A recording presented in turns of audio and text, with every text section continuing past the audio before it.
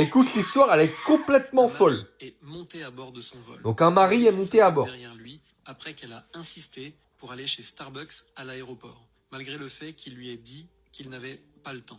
Dans une publication sur Reddit, l'homme a expliqué que quelques minutes avant la prochaine étape de leur voyage, sa femme avait insisté pour prendre un café. Le mari lui avait proposé d'en acheter un dans une boutique située juste à côté de leur porte d'embarquement. Cependant, elle a tenu à aller chez Starbucks. S'il n'y a pas le temps, il n'y a pas le temps. Loin de la porte. Faut se dépêcher. Elle a clairement averti qu'il n'avait pas assez de temps, mais elle a décidé d'y aller quand même. Voilà, Lorsque les femmes. a commencé, les femmes. a appelé sa femme à 4 reprises pour savoir où elle était.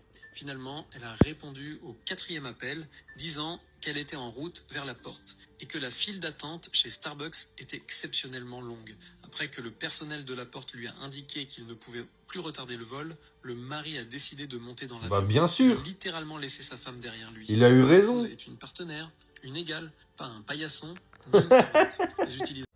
Est-ce que vous êtes d'accord avec le mari ou pas? Moi, je suis totalement d'accord et ça va donner une bonne leçon à sa femme et au moins, elle ne le refera pas. En gros, donc ils étaient à l'aéroport. Le mari dit à sa femme, bah écoute, là, faut qu'on speed, faut qu'on monte dans l'avion parce qu'il va partir sans nous.